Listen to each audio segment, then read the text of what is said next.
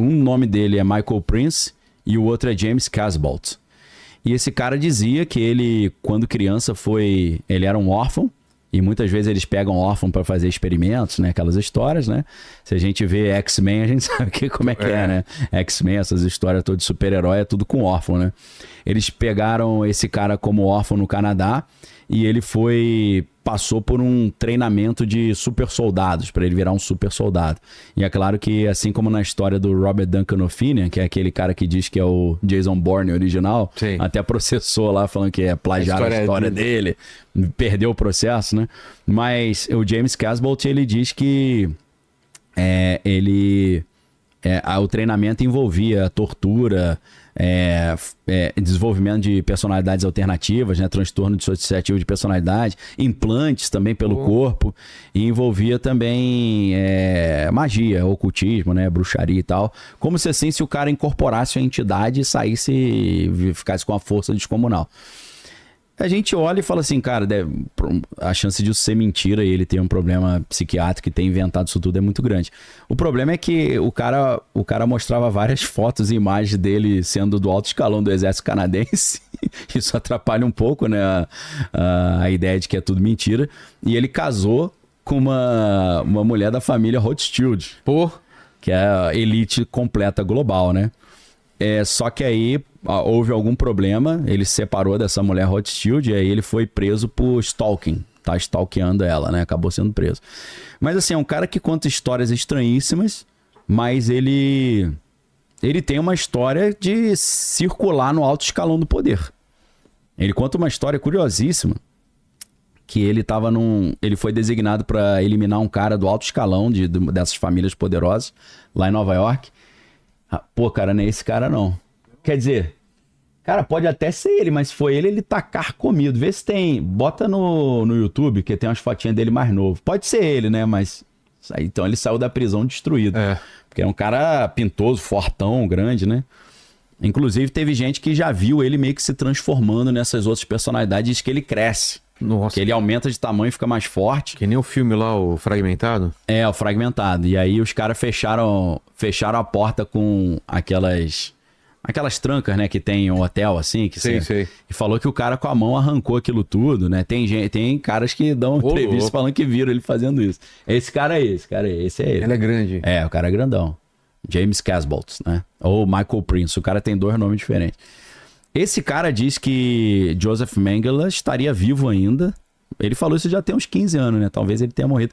Mas ele falou que ele tá irreconhecível, que ele tá extremamente obeso, tá com 120 quilos, tá gordão. E ele forjou a sua morte no Brasil para poder se esconder. Ficar de boa. Ele disse isso, mas deve ser lorota. Então, assim, como a gente levantou essa hipótese, né, do Elon Musk ser o novo Joseph Mengele, ou a ilha do Dr. Monroe, né, fazendo experimentos com os caras, eu acabei entrando nessa história aqui que eu acho interessante pra caramba da Baviera Tropical. E como é que o Joseph Mengele viveu no Brasil, segundo esse livro da Bettina lá? Ele usou várias identidades falsas, né? Ele pegou um nome lá de Wolfgang Gerhardt, chegou a morar em São Paulo, morou no Brooklyn, né, aqui em São Paulo, morou em Serra Negra também, mas aí então teria morrido em 1979 lá, afogado em Bertioga. Que esse cara fazia, né? Esse cara fazia coisas grotescas, que não é nem... O Mengele? Porra! Não é nem muito bom a gente falar, não. Cimento em grávida, colocava cimento, velho, umas coisas... Ele era uma coisa estranha. Com gêmeos, né? Fazer experiências. Uma coisa estranha é que ele era ficcionado por gêmeos.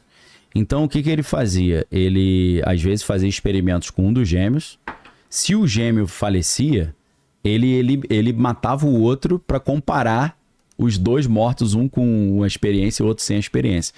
E aí a gente entra em outra questão interessante, porque o Brasil tem a cidade com o maior número de gêmeos do mundo. Não sabia dessa.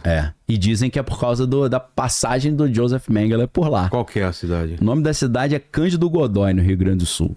Nossa. É um município pequeno ali no noroeste do Rio Grande do Sul, né? Tem 6.500 habitantes só.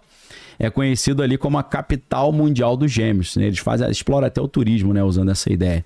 E proporcionalmente à população, eles têm 10 vezes mais gêmeos do que o normal. cara. Então, assim, é uma proporção gigantesca, né? 10% dos nascimentos lá que acontecem são gêmeos. É água de lá, será?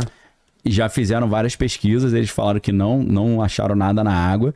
A explicação mais aceita é que os imigrantes alemães que vieram, por ser uma comunidade muito pequena e fechada, eles casarem entre si, eles trouxeram um gene que favorece, né, o nascimento de gêmeos, e isso ficou muito forte, não se diluiu porque eles não casam com pessoas de fora, só casam entre eles. Sim. Essa é a explicação mais científica, né? Tem até uma professora da Universidade Federal do Rio Grande do Sul, a Úrsula Matter, né, que ela aponta assim para esse efeito genético, né?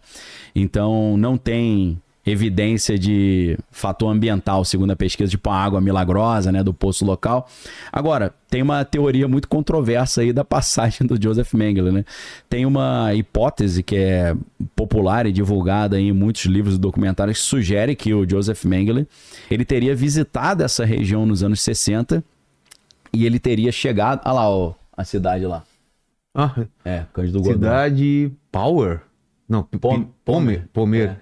Terra dos Gêmeos, viu? Terra dos Gêmeos. Então, segundo essas lendas, né, que aparecem em livros e documentários, ele visitou essa região nos anos 60 e ele foi para lá disfarçado de um veterinário. E ele realizou experiências ali para aumentar o nascimento de gêmeos arianos, né? Porque a população ali é completamente alemã, né? Então, para ele seria interessante fazer um teste de multiplicação de arianos, né? Nesse sentido. Essa teoria é desmentida por alguns cientistas e historiadores porque eles apontam que já tinha alto índice de gêmeos lá antes dos anos 60, antes dessa suposta passagem do Joseph Mengele, né? Então, a lenda existe, mas tem as suas controvérsias, né? Agora, o que é interessante é que ele... Quando eu olhei essa história, eu me lembrei também de um filme, que é o filme do Scorsese, A Ilha do Medo. Você lembra desse filme? Maravilhoso. Interessantíssimo. E eu vou fazer um resuminho do filme aqui, mas vou sugerir uma outra interpretação. Tá. Porque o final me deixou um pouquinho decepcionado. Sério? Porque no final é tudo viagem do cara, o cara era maluco, né? Nada daquilo que ele suspeitava era verdade. Mas eu vou sugerir uma outra hipótese. Vou só tomar um golinho de água. Uma outra abordagem. Com o nosso amigão lá do Titanic, né? Leonardo DiCaprio. Quem que é esse daí, o Homer? Esse aí é o Joseph Mengele. É ele magrinho, né? Nossa. Que hoje... Então, Leonardo DiCaprio e Mark Ruffalo, né? Também. Então, qual que é o plot desse filme, né? Filme de 2010. Ele se passa em 1954... E 2 agentes federais, né? Antes de existir o FBI, tinha uma polícia federal americana, nos anos 50, né? O FBI só seria criado depois pelo J. Edgar Hoover, né? Então, são 2 policiais federais americanos. Um agente é o Leonardo DiCaprio, o outro é o Mark Ruffalo, né? Que eles chegam a uma ilha muito isolada chamada Shutter Island, onde fica ali um hospital psiquiátrico, né? Não é hospital psiquiátrico para pessoas comuns, mas para criminosos com problemas psiquiátricos. E a missão principal deles é investigar o desaparecimento de uma mulher chamada Rachel Solando, né? Que foi condenada por afogar os seus 3 filhos, né? E aí, durante a investigação, o Ted, né, que é o Leonardo DiCaprio, ele fica sofrendo enxaquecas, né? Ele tem flashback da Segunda Guerra Mundial, porque ele lutou na Segunda Guerra Mundial, foi aprisionado pelos alemães, né? Ficou num campo lá de concentração de Dachau, né? E ele revive as cenas, né, dele sendo torturado lá pelos alemães, e depois que ele foi liberto pelos americanos, ele também fez um monte de maldade com os alemães, né? Então, o medo é contagioso, né? Cara, um filme interessante pra caramba, né? A atmosfera, né, sinistra e tal. E aí, uma tempestade isola a ilha, né? Vai ficando aquele clima cada vez mais tenebroso. E aí, o Leonardo DiCaprio, na condição desse policial federal, ele começa a desenvolver uma tese de que tá acontecendo alguma coisa estranha nesse hospital. Que esse hospital tá realizando experimentos ilegais ali de controle mental, inspirado nos métodos nazistas lá da Segunda Guerra Mundial. E ele tá buscando um paciente chamado Andrew Ladis, que seria o responsável pela morte da sua esposa, né? E só que aí, vou ter que dar spoiler aqui, né, Vilela? O filme é antigo, né? 2010, né? 16 anos já de filme. Então o que acontece? O filme vai te levar a concluir que, na verdade, Leonardo DiCaprio, ele não é um policial que está investigando a história, ele é um interno, um cara com problema psiquiátrico que foi preso lá, nessa ilha, por ter matado a esposa. Ele, na verdade, é o Andrew Ladd, o cara que ele procurava. Lembra um pouco o filme Amnésia, Memento, né? Que é do Christopher Nolan também. Que o cara tá descobrindo quem matou a mulher dele, ele descobre que ele que matou, né? A mulher, aquela história mais, não é muito inovadora. E aí, o que acontece? O Leonardo DiCaprio descobre que... Ou ele é levado a entender que ele que matou sua própria esposa, depois que ela viu que a esposa tinha matado os 3 filhos afogados. Então ele chega em casa, vê que a mulher matou os filhos, ele mata a esposa. E aí ele foi internado por causa disso. Só que aí o que aconteceu? Os médicos, que é até o Ben Kingsley... Ben Kingsley, que verdade, ele é o médico. Que é o nome dele é Dr. Cawley. Se bota um R, fica Crowley, né? Exato. Dr. Você acha Cawley. que tem uma brincadeira aí? Sei lá, cara, pode ser. E aí, o que acontece? Nessa história, o parceiro dele na Polícia Federal, que é o Mark Ruffalo, é o outro médico. E aquilo que eles estavam fazendo com o Leonardo DiCaprio era tipo uma terapia experimental para ver se ele vencia a loucura dele. Tratamento de choque. É como se fosse eles fizeram um RPG com ele, um role-playing game, né?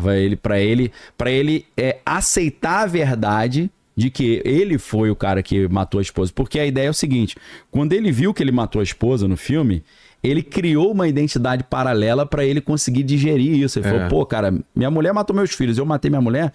Então acontece com ele aquele transtorno dissociativo de personalidade. Ele inventa uma personalidade paralela, mas aí o que acontece? Em 1954, a lobotomia era um negócio muito comum. Então isso foi uma atitude ali última que os médicos teriam tentado para evitar a lobotomia, né? Só que aí chega no clímax, né? Que o Leonardo DiCaprio parece que ele chega um momento que ele aceita a realidade, né? Tipo assim, cara, eu vou fugir da ilusão que eu criei de que não fui eu que matei minha mulher, eu vou aceitar que eu matei para eu não ter que ser lobotomizado. Mas aí ele fala uma frase assim que ficou famosa no filme, que ele fala o seguinte: o que seria pior, né? Viver como um monstro ou morrer como um homem bom? Então ele meio que prefere falar, não, mete uma lobotomia aí que eu acho melhor, entendeu? Então, cara, esse filme é muito interessante porque vai falar de uma ilha onde estão fazendo experiência com presos, mas aí chega no final é tudo mentira, é tudo um delírio de um homem que é louco. Só que eu fico pensando, cara, será que ele realmente não era um policial que descobriu que aquele hospício estava fazendo experiências controladas por nazistas e aí os caras destruíram as memórias dele para proteger esse segredo e inventaram toda uma história. Em vez dele ser um assassino que inventou que era policial, ele era um policial que inventaram que ele era um assassino. Pois é. Ao contrário, né? Que tipo, o Ben Kingsley e o Mark Ruffalo, os médicos, manipularam ele para como se fosse assim, fazer um assassinato de reputação no cara, para que se ele denunciasse aquilo, ninguém acreditasse, porque afinal ele é um paciente psiquiátrico. O Michel Foucault, na História da Loucura, ele trata muito desse tema. Esse tema é muito interessante, de você ver como é que a interpretação da loucura foi mudando ao longo do tempo, né? Antes o louco era um cara que era considerado possuído pelo demônio, então quem tratava dele era o religioso. Depois o louco foi visto como problema médico, quem tratava dele era o médico. Só que aí, quando você pega, você mistura com os estudos de Mikhail Bakhtin, né?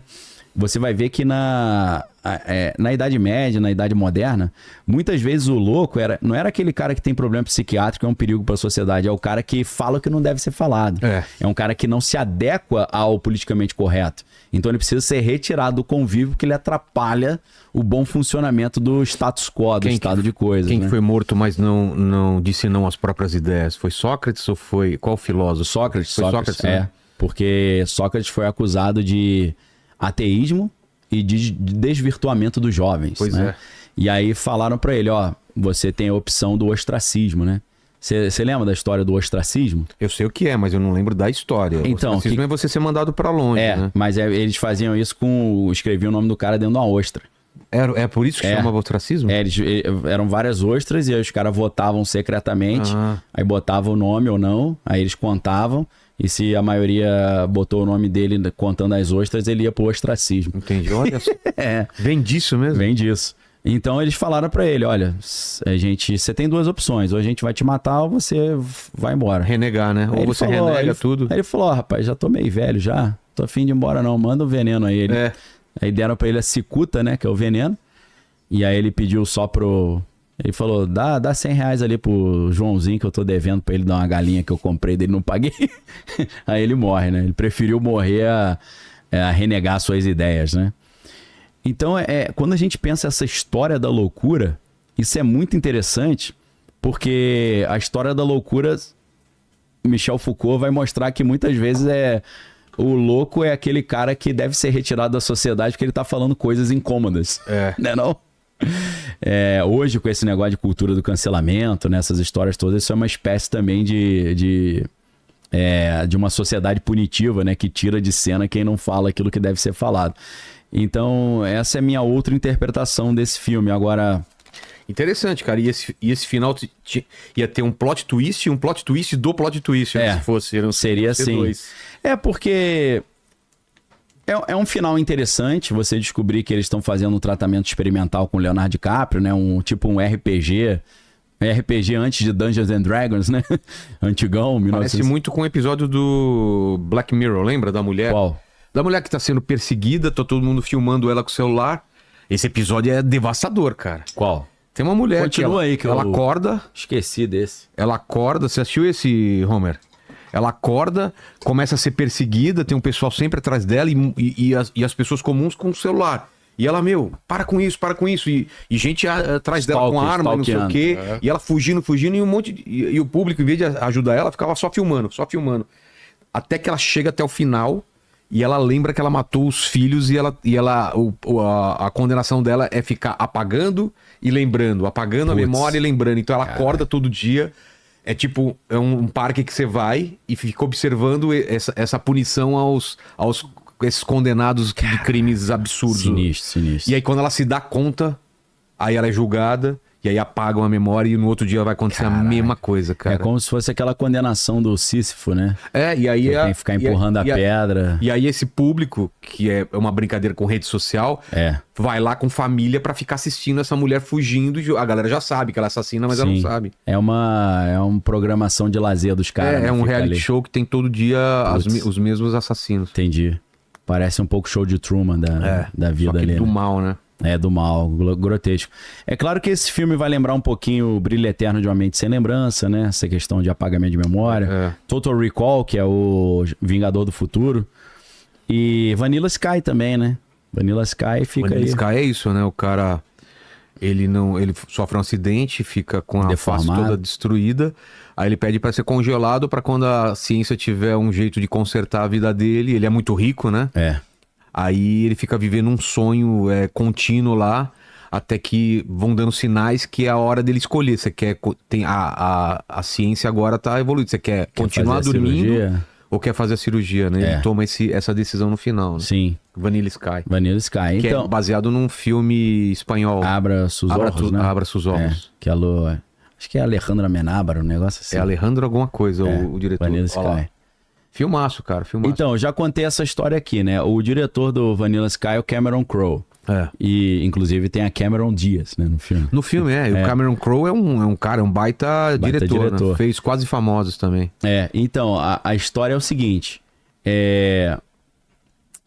O Cameron Crowe chegou pro Alejandro Amenábar. Depois confere pra mim se é o Amenábar mesmo. O Abra tu Ojos. É o filme o diretor. Deu origem. Que aí ele chegou pra esse espanhol e falou, cara, eu quero regravar seu filme. Você me dá os direitos aí, você me vende? Aí ele falou, cara, eu só vou liberar com uma condição. Você tem que arrumar um filme pra eu dirigir em Hollywood. Foi isso? Eles fizeram ali um acordo. Quid pro quo, né? Uma mão lava a outra. E aí, o filme que o Amenábar dirigiu em Hollywood foi o filme com a Nicole Kidman, Os Outros. Que é um filme incrível também. Cara. Sensacional. É ele mesmo? O Homer falou que é. É Alejandro Amenábar? Beleza. Então acertei, hoje eu acertei. Naquela outra vez que eu falei que o nome do Axl Rose era William Bailey, ele tem 2 nomes. Eu tava lembrando agora que depois eu cheguei em casa e falei, eu fico com raiva quando eu esqueço as coisas, né? Esquece. Falei, cara, eu tenho certeza que é o William Bailey. É porque ele mudou o nome. Porque a mãe se separou do pai. Olha lá ele. Esse é o Cameron Crowe, né? Esse é o Cameron Crowe, não é a Amenábar não, né? Ah, tá. É o Cameron Crowe. Então, cara, filma. Eu coloquei essa roupa ridícula e você ainda não se inscreveu, deu like e comentou? Que palhaçada!